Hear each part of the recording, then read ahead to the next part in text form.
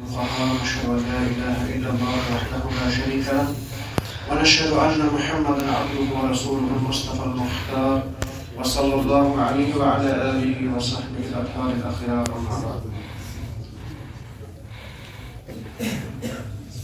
سورۃ الکہف کی تفسیر کی آج 9ویں مجلس ہے. کل کی مجلس میں ہم نے 31 آیات کی تفسیر دیکھی تھی. آج ہمیں آیت نمبر 32 ہے. پچھلے آیات میں جو تذکرہ گزرا وہ یہی تھا کہ اللہ تعالیٰ نے اللہ کے نبی علیہ السلام اور ہر اس فرد کو جو قرآن مجید کو پڑھتا ہے یہ خطاب کیا کہ وہ نیک لوگوں کی صحبت اختیار کرے, نیک لوگوں کے ساتھ اپنا اٹھنا بیٹھنا رکھے. اگرچہ وہ نیک لوگ مال میں کمزور ہوں, دنیاوی لحاظ سے غریب ہوں, مسکین ہوں, اگرچہ مجبوراً ان کے بدن پر ایک ہی کپڑے کی وجہ سے اس میں کبھی کبھار پسینہ بھی اور اس پسینے کی وجہ سے بدبو بھی آ جائے, لیکن اگر وہ اللہ تعالیٰ کی رضا کے لیے اپنا آپ صرف کرتے ہیں, اللہ کی رضا کے لیے سب کچھ کرتے ہیں, تو ان کا ساتھ اختیار کرو.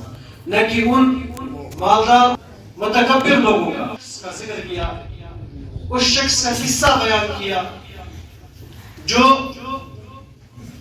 دو باغوں کی وجہ سے ایک مالدار تھا. انہیں 2 باغ والے شخص کا پھر اللہ تعالیٰ نے اس قصے کا ذکر کیا, کیونکہ اس میں بھی مال کی ہی بات آتی ہے. اللہ تعالیٰ نے کہا وَاضْرِبْ لَهُمْ مَثَلَ الرَّجُلَيْنِ, یا رسول اللہ صلی اللہ علیہ وسلم ان کو ان 2 لوگوں کی مثال بیان کیجئے. جعلنا لأحدهما جنتين, 2 ساتھی تھے, ان میں سے ایک ساتھی کو ہم نے 2 باغ عطا کیے تھے. من اعناب, جو کہ انگور کے باغ تھے, انگور کے 2 باغ عطا کیے تھے.